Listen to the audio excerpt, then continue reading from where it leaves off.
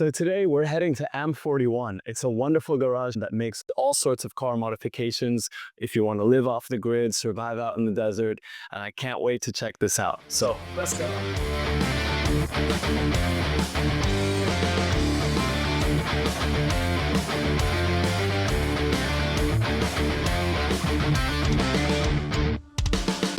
So we've made it to Amp41. This is the garage, the place to be if you want to get your car suited for living off the grid, surviving out in the desert, or surviving a zombie apocalypse. This is the place to be. So Amp41 have been so kind, they're going to hook us up with some great modifications to the van. I can't wait to show you the before and after. They have some great ideas in mind. We're going to go inside, meet the owner. We're also going to check out their Showpiece car with some of their best work. So let's go. Hey, Mazen. Hey Danny, how are you? Good, how are you? Wow, so this is your showpiece car. This is our showpiece car.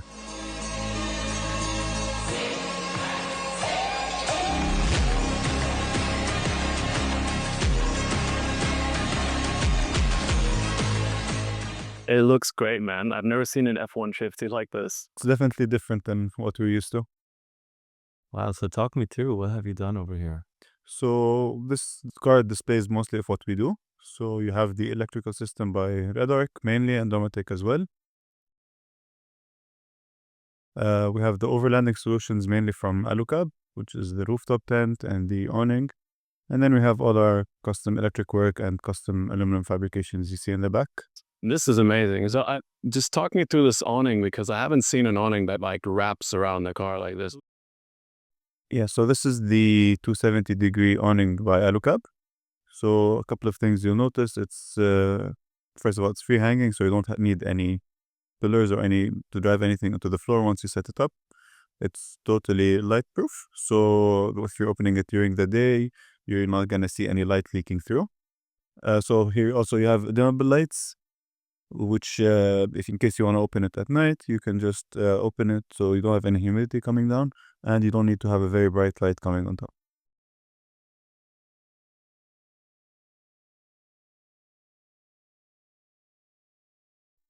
And here you see everything by Alucab is always very easy to use, so everything can be set up and closed within seconds and designed to be closed and opened by one person.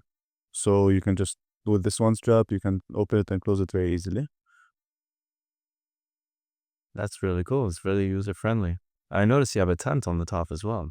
Yeah, so this is the Gen 3R by Alucab. Like everything by Alucab, it's designed to be opened and closed really simply. And it has the same fabric as the awning, so you're gonna have windproof, waterproof, lightproof tent. So you create all these drawers yourself? Yeah, exactly. So here we fabricate our own drawer solutions. Everything will depend on a different people's necessities. Will have different types of solutions. First thing you're gonna need is probably a fridge, somewhere to store your food. So here we have the CFX 375 by Domatic. So it has two compartments. You can keep both of them as freezers, one of them as a freezer and a fridge, or both as a fridge. It doesn't matter. You set it up whichever you want. And we also have our slides, which are usually much longer slide than what's usually available. So here we have 140 centimeter slide. It slides all the way to the back. This way you make use of all the space, and you don't have to have everything super exposed when you're on the go.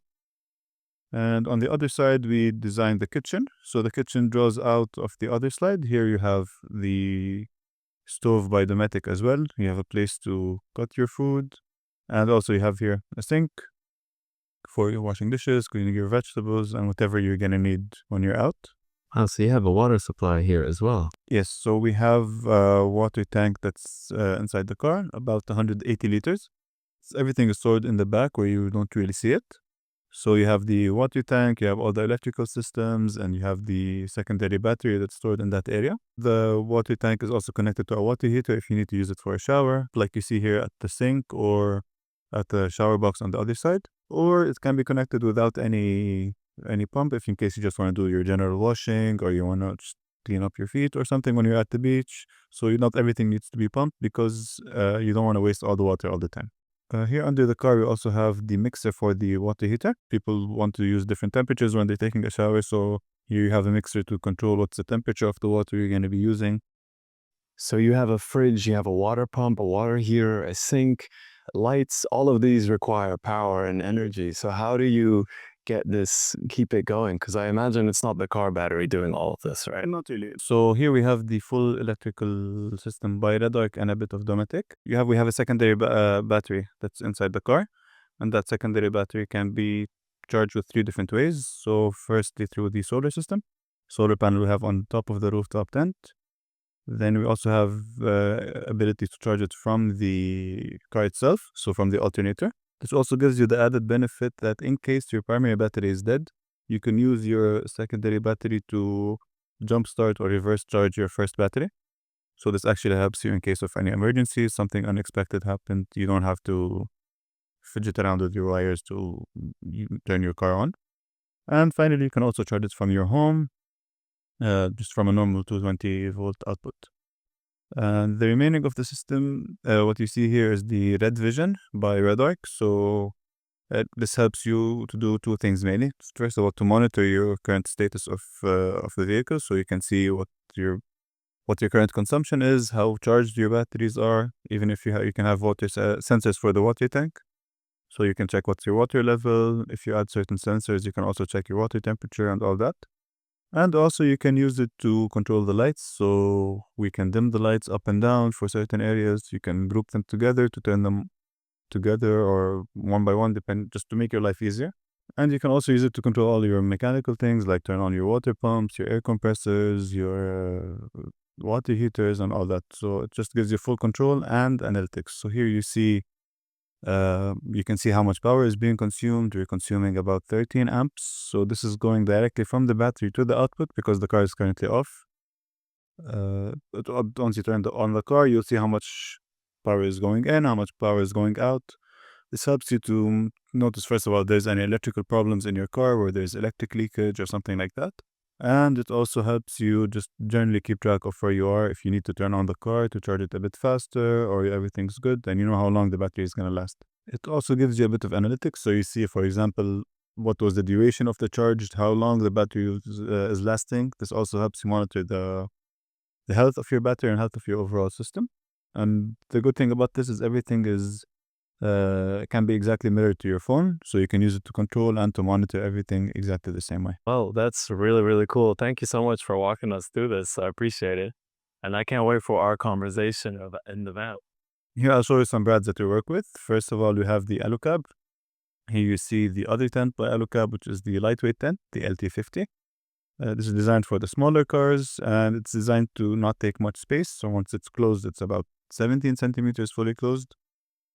And it weighs just 50 kgs, so you can put it on any small car, or if you're really careful and you don't want your car to, give you a bit of trouble when you're parking or something like that, the LT50 can be really useful.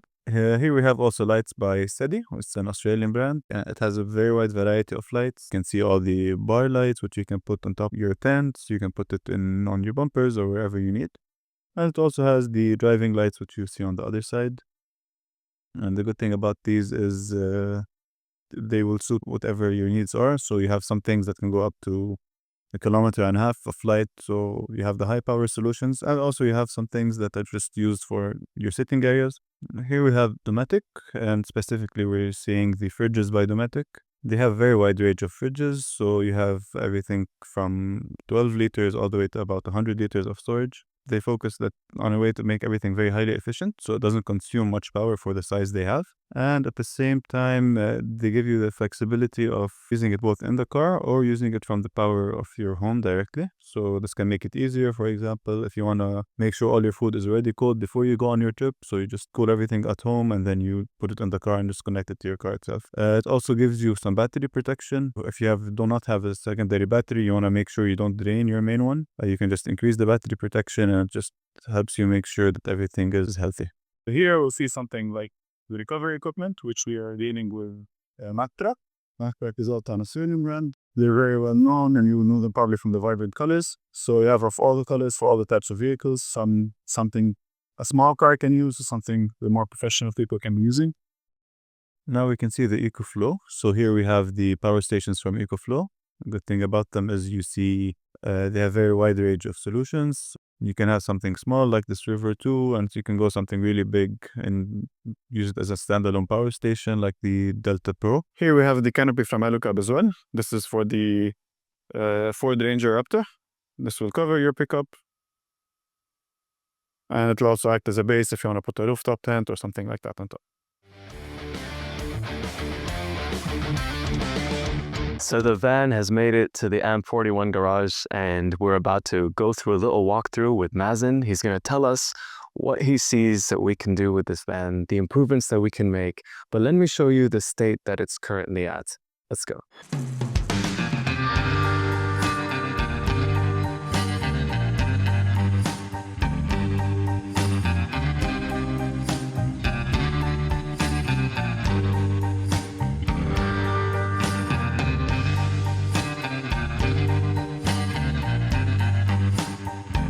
So we finally got the van in the Amp41 garage. Let's take a look inside and see what the problems are and where we can find some solutions and upgrades to this.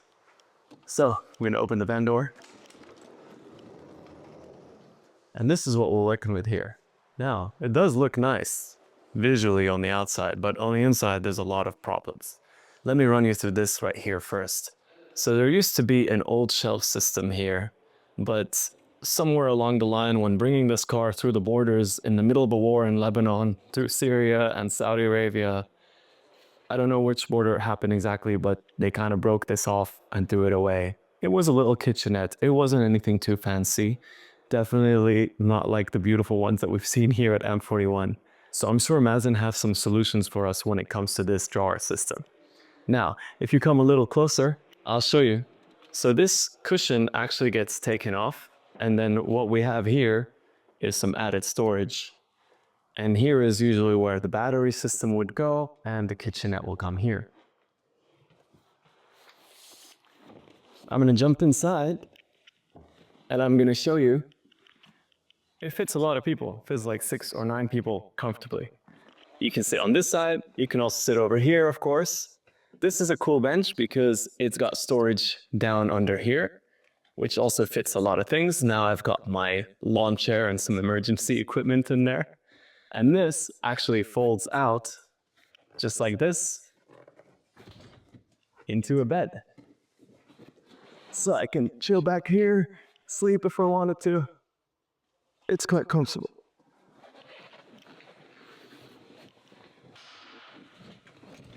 Now, like I said, this is quite cool, and it's a little bit practical for, chilling on the road a little bit, maybe doing a small camp somewhere. But obviously, it doesn't have a kitchen, it doesn't have a water supply or batteries or anything like that. It's quite basic. So we're gonna see what Amp41 suggests that we do. What are some great upgrades that we can do over here? So let's speak to Mazen and find out. Hey Mazen, how's it going? So we finally got the van in the stop. Yes, finally. So let's run through it, man. What are some upgrades you think that we could do? Starting with maybe this broken bench system that we have. Okay, so the way we usually like to handle our project is we check what are your needs for the car, and then we work from there because not everyone has the same necessities. So walk me through what you're going to be using it for. I have a basic idea, but let's go over the details. So sure. So what I would love to have is some sort of kitchen here. This used to be a drawer. This used to come out till just about here, and it had a little kitchenette, which was nice, but it was a little bit too close to the van. If you cooked, the smell would go inside and things like that. And of course, it was made out of wood that isn't very sturdy. So I think having some sort of pull-out kitchen that can maybe extend further than this and, can cook a meal with my friends or have the chef come and show us a recipe and things like that, that would be awesome. So what I think, like you said, yes, the wood is nice, it's easy and light, but they showed it doesn't last that long. Especially in high humidity, like if you're camping at the beach or you're doing something like that, it doesn't sound ideal. So we can change the system to some sort of aluminum kitchen. We'll have a drag out as far as you want. We can go perfectly around here. Nice, couple of a meter and a half. So what usually we do in the kitchens, we have the actual place to put your stove, either fixed or portable stove. We have a place to do all the cutting, to do all the preparation. So when we add the sink, we also need somewhere to get the water. You need a small water supply. We don't want to put a lot away too much unless you have really long pips. We usually go for somewhere between 60 to 100 liters. So we can just put the small water tank along this on this area. This way you can just have a some reliable water source, of course, with a pump because you're gonna need some decent cleaning. That's great. Usually when you have a water tank as well, we will put some outlets from either side if you want to just you're at the beach, you're feeling your hands, you want to cook, use it for cooking or cleaning, just for general purposes. Right. So for the kitchen, anything else you would want to do specifically, you're probably gonna need some place to store your food. So you're gonna need some sort of fridge. So I don't know how many days you're planning on being out, so we can size the fridge accordingly. Fridge would be nice. Let's have a look at where we can place that. So you mentioned the fridge. Yes. So where do you see us placing this, and what kind of fridge is suitable for a van like this? So for a zone like this, you have just a couple of issues. Mainly, you don't have a lot of power, so you can't put a really big fridge, and you don't have a lot of space if you're considering you're going to be sleeping in this or you're going to be putting your store. So a reasonable size will be somewhere between 35, 25, 45 liters, depending on what you need and how many days you're going to be using the van. Okay. So I think usually with the fridges we use are Dometic fridges. So we have a couple of other brands, but for your case, I think Dometic could be a nice solution. So let's put the fridge in and see where we can fit this in. Sure, let's do it. To place the fridge, I think a good reasonable place to put it is somewhere over here. This way you can still use your draw-out bed. It won't interfere with anything. And at the same time, we can have a certain workstation. We can have a place to eat, place to do a bit of your work. So we have a table over here, and the fridge can be either sliding out or it can just open all the way direct on top of this. Nice. And this way also you maintain the access to the storage area that's going to contain the kitchen over here. And also we can keep a bit of room for a power station to give you power because, your car doesn't have that much power. So we have place a power station, close to the fridge, to be able to give you easy access without much wiring and no short. Great. So you mentioned the kitchen will be here, but this is also a good spot to put the battery supply, right? Yes. So as this is right now, more or less, so you're going to have this area is going to be around to the kitchen. That area in the end, you can keep it for a bit of the electricals and the mechanicals. So we have enough place to put the power station. The water tank, well, I did recommend to put it somewhere around here. So you have also the pump, all the piping, everything you need to not necessarily access, but you just need it for, for maintenance. So you can keep everything hidden in that corner. All right. And the pump and the electrical system will be running on a portable battery. Usually we keep a fixed secondary battery, but because you don't have that much power to feed it, and I don't think it would be to look very nice to put the solar panel on top. So yeah, a secondary portable battery would be something very useful in this case. Great. So for the battery source, the source of power, what would you recommend for the van? So these come in a lot of sizes. We will size it according to what we actually end up putting in the car. Something like this, the River 2 Pro, will be something very useful for you. Nice. So the good thing about it, it comes as an all-in-one solution. So you have your AC output, you have your DC output with the USBs or 12 volt if you want to put just some general lighting or for the water pump or something like this. And in case we end up going with some solar solutions, we also have a place to put it to solar. Wow. So yeah, and some of the bigger batteries you can charge them directly from your alternator if you have a strong enough alternator. But yeah, and the good thing about this, it charges directly within an hour. So before you leave for your trip, you just plug it in. Within less than an hour, it should be fully charged. Wow. And how much output does this put out? This is a bit of a tricky question because it will depend on what your actual consumption is. If you're drawing everything out of it, it won't. It'll last a couple of hours maybe. If you're just charging your phone, the pump when it's on, the fridge if it's already cold, it won't draw that much power. And especially with the fridges we have, like the EcoFlow fridge or the Dometic fridge, they don't take that much power if they're already cold. If you put some hot stuff inside, keep on opening and closing, for sure it's gonna draw a bit more. But this should last you for a trip, especially if you connect it to solar. Great. Well, that's a lot of power in a small, compact The box. good thing about it, it comes in a lot of different sizes. So if this one is a bit too small, we can go for the Delta series, which is a bit bigger. If this is what I think would be a decent solution, it would be very good for this type of. And it looks like it'll fit neatly into the system. So it's very nice. Great. Awesome. Thank you. So it looks like we're all set with what we're planning to do with the van here. Yeah, and of course, we do everything here is sustainably fabricated. So if you have anything not necessarily standard, like not just just a water tank, just a place to sit a table, something like this. You have something a bit weird if you want. For example, we can put something in the roof, for example, a place to hang your guitar or something like that. We can customize usually out of these fabricated stuff. That will be cool. I'll keep that in mind. I might take you up on that later on. You never know when the guitar will come in. Just pull it out.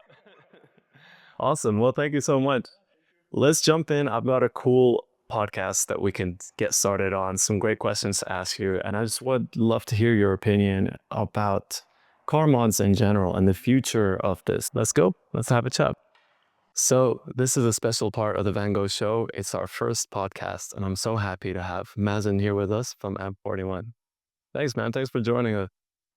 We just saw your garage. Beautiful place that you have. It's so nice to see. I remember like when you were in the really early stages of all this and to see where you're at now, and it's just incredible. A long trip for us. Yeah, I can imagine. So tell me, how did you get started in this, and what made you want to get into this field? Well, I know you know this, but my background is more towards home automation usually, and we work with solar systems, and we're usually towards something a bit more residential than something on the cars. I've always had overlanding and off-roading as a hobby, but not professionally until more or less we started here. My partner, Mr. Abdullah, he is the other way around. He has a lot more background in overlanding. He used to, and he still does. He goes for really long trips. Nice. So you don't see him for 20, 30 days. They're just somewhere overland. Oh, big. Yeah, exactly. So we met each other somewhere during that when he was trying to do a bit of automation on his car, and then I got introduced a bit more into the hobby, specifically in the Gulf area. You know, in Lebanon we have something similar to this, but it's a different, different details, different specifications usually for mountainous areas and small countries like that compared to the Gulf. That's true. So you guys met and you decided, let's work together, create this awesome outfit. And we both, each of us got something into it. So I have a bit of the engineering expertise. He has a lot more of the actual overlanding day-to-day expertise. Nice. So it was a nice fit. So you mentioned overlanding. Just for our audience and people that aren't aware, what exactly is overlanding? People who go overlanding are the people who are taking long trips, usually off the grid. So they're depending entirely on their vehicles. So pretty much what you're gonna end up doing, hopefully. You just then go off the grid, go with your car, use it as you sleep, you cook, you do everything in your car. So these type of projects are called overlanding projects.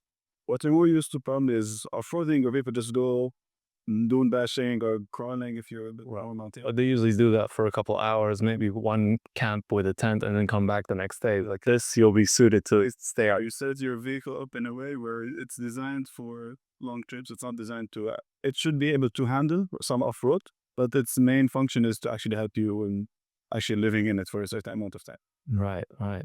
So you have this background in tech, in mainly residential homes and, smart systems and solar panels. You decided to get into overlanding. I know that you also do love, living outside and everything. So you combined your passion into something, which I think is really awesome. It's like you have this engineering background and then your love of cars and like nature and things like that, and you combine it into this great business. Yeah, exactly. And it's actually, for me, for a business to work, you need to actually like what you're doing. So if you see also what I showed you in the show car, we had like the dark systems, something like that. That's really deep into automation, but it's vehicle automation, so it's different hardware, because if you're talking about something that needs to be a lot more heavy duty, it's going to handle some rain and mud and water and whatnot, so should be a lot more heavy duty. But in the end of the day, it's just giving you the same luxury to an extent, but instead of having it in your home, you're having it in your car. Nice. So what are your main sort of clients? What is the main thing that they ask when they come into the shop? Do they just come in with a bunch of questions or specific things that they would like? Or how do you tailor make the vehicle and the solutions to what they desire? We have people who know exactly what they want. I want this tent, I want this size of water tank, I want this. And you have also the friend, I want to go out, I want to have a nice time at the desert, I want to go camping, to overlanding, but I'm not really sure what I want to do. So I like to target both the exact same way. So we need to understand exactly what they want. Even the guy who knows I want this, but we understand why he wants it. Maybe there's something better, maybe he's doing a bit too much, maybe he's not doing enough For example, in your case, maybe you didn't know that you wanted to put a water tank. Maybe you didn't know what valve electric system you need. But because we talk to a lot of people, we learn from a lot of our clients, so we know what are the problems, what are the issues they face, and what they think is a very comfortable thing to have and when they're auditioning. Nice. So do you think you can turn any car into an overlanding project? Or do you recommend, let's say, someone choose a specific type of vehicle before recommending certain, upgrades? Usually, our clients are going with the off-road cars. So you have your pickups, your American pickups. You have in the UAE, you have a lot of the people who drive the Nissans, the Toyotas, the Fords, and everything. So when it's an off-road vehicle, it's easier to work with because it's already designed in a way. It's, it's a tough car. It's designed to handle a lot of the road, the rig going out, a bit of tuning, a bit of crawling, all of that. But more or less, we can do any car because the requirements are somewhat the same. Your van is a great example. So it's not exactly an off-roading car, but it is designed for longer trips. So the van life and the off-roading life is a bit different, but they have the same necessities more or less. So you're gonna need power, you're gonna need some luxuries, you're gonna need some, like we said, kitchens, coffee, whatever. And so what are the challenges that you face when someone comes in with a vehicle, let's say, that is capable of handling these things, an off-road vehicle, it's an F-150 or something like that? What are some of the challenges that you face either with the car itself and, the limitations that it may have? Usually, the biggest limitation we have is space because people want to put everything inside the car, and sometimes don't have a lot of space. Specifically with these smaller cars, like your Suzuki Jimnys or like some of the Jeeps, for example, the Broncos. So you don't have a lot of space. So we've been working really hard to design the aluminum kitchens and the fabrication that we do in a way to maximize the space and to put whatever they need in the actual car itself. So this is similar to what we have here. So we have the kitchen that wants to draw a couple of meters out, but you don't have that much space. So how do we do that? We put some drawers inside drawers. That's amazing. The way you make use of the surface area of everything is just incredible. They fold in and then outwards. It's incredible. Like you saw in our show car, actually. So it's a big car. Yes, definitely the F-150 is a big car, but to what we managed to fit inside the car itself is actually, it feels like it took much more space than it actually did. Right. And when someone wants to install, let's say, a tent on the roof that we've seen in your show car, is there a lot of, let's say, like, do you need to chop the roof off of a car, or do you build a cabin on top of it, or how does it work exactly? Some cars you can chop the roof. For example, some of the famously the Troopy, you can chop the roof. The Grenadier, you can chop the roof. Some cars specifically, they deal mainly with Alucard. So for Alucard specifically, they have certain roof conversions, we call them. So just chop the roof and then you put a rooftop conversion on top of it. Nice. On the standard car, we do something a bit different. If it's a pickup, we have either a canopy or a bed rack. So and then you just mount the rooftop tent on top of it. For not pickups, you just put a roof rack or some load bars or something like that, and then we just put the roof on top of it. Then again, it depends on which car you have, if you're going to use it all year long, or if you're just going to use it seasonally. For example, if you're going to use it just seasonally and you're going to move it in the summer, you might as well just put a roof rack instead of load bars, so you'll make use of the empty area after the season's done. Otherwise, no, we just put something to carry the weight and keep the tent on all the time. That makes sense. Obviously, we were based in the UAE, in the United Arab Emirates, and we're obviously, now is a beautiful season in the wintertime where everyone is outside and all the cars are, out in the desert doing camping trips and overlanding and things like that. But how does the desert sand and the summer heat affect the vehicles? Does that affect, the electrical components in some way? Does dust get everywhere? Because I know sometimes, even when I have small experience with this, but like with musical equipment or filming gear, sand gets everywhere and that can be quite problematic. So how do you tailor make these so that they're able to withstand this? The way we do this is we work with really powerful brands. So, like I said, Alucard is one of the best brands around, specifically for the rooftop tents and the canopies and the roof conversions, if you want that, or the campers or anything. So, when you work with good brands, they're working with really high standards. If you want to go for something that's a bit maybe cheaper, a bit more, easier on the pocket, then yeah, sure, but you might face the problem of leakage and dust coming in and sand coming in and rain, and major thing in the area, actually, the humidity will we'll go into everything with our electric work and our aluminum work and everything. The raw material we're using, we try to go for the good quality material, because in the end of the day, it's just making the user's day much easier. So the heat resistant cables, we get thick aluminum, we get good powder coating to maintain everything to a certain level. That's really interesting because every climate, every country has its own. You have to deal with the weather. Like in Lebanon, this van had so much rust because of the snow that we get in the mountains and the rain. So you may not get a lot of, it rains a handful times a year here. So that's not a problem. Then of course you have the humidity, the heat you mentioned. So that's interesting to see that, you can create a solution for that or use materials that make it better. So I want to get into your tips and tricks and suggestions. Let's say if someone is just starting out with their vehicle, what is maybe if you had to recommend your must-haves or like 3 things or whatever it may be, the first thing to have in your car for an overlanding experience or trip? Okay, so if you're going off overlanding, you're going to spend a couple of days. The basic things you're going to need is some power supply, some water supply, and these are the main 2 things, and then whatever you need to be comfortable. So you're going for a couple of days, you're going to need your food, so you need a fridge or somewhere to store it. If you care a lot about cooking, then you need a really nice kitchen. You can scale either one of these really, but some people, maybe you really care about your music, so maybe you can put a nice music system inside your car. So again, I think my answers to most of the things is going to depends on what user actually needs. But if you want just like the quick tips, you're going to need the electricity and you're going to need water and somewhere to put your food. These are the main 3 things. But how much you scale each one of them, that would depend on you. That makes sense. That makes sense. And if someone is overlanding, like if you're out in the middle of the desert, are there like GPS devices or something that can help someone get in touch with the mainland? So depending on What's going on? right, you're gonna find something. So you have your satellite phones, or you can, for really serious overlanders, you can even put solutions where you just put a satellite dish and you can get even Starlink. If you're in some areas that have Starlink, you can put internet on the go. So it actually helps you out depending on how much you really want to go in. That's really interesting. So the last thing that I want to get into is what you think the future of overlanding and car modifications in general is. Like, where do you think this is going? Is there a limit? Have we reached the limit of what it could be? Or what do you think the next 10 years or 5 or 20 years would look like for this industry? We see how it's been changing so far. So people are looking a lot more into luxury and high quality builds from now on. So previously you used to see the people who just put, the light that's on a stick and you put it in the car charger and you call it Akrilupo. But now no, people have awnings with their specific light inside, or dedicated, even something, if you had something portable, you have something dedicated for overlanding specifically, not just like a plug and play solution.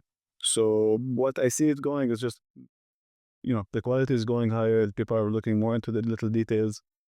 For example, the finishes, the things that used to pass 5 years ago don't pass anymore today.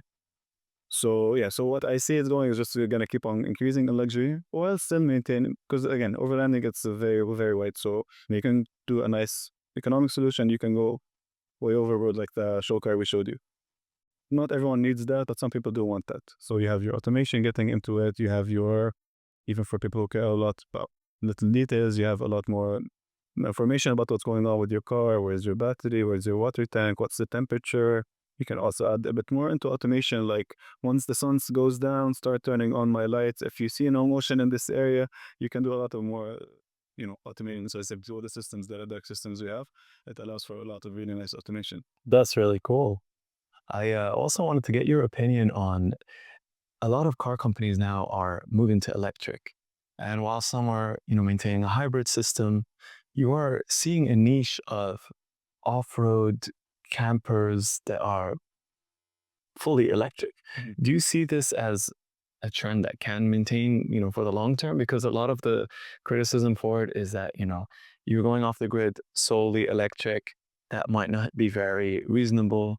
But then again, people are able to generate crazy horsepower, or if you have a massive battery in your car already, that seems like it's a nice setup for an overlanding rig.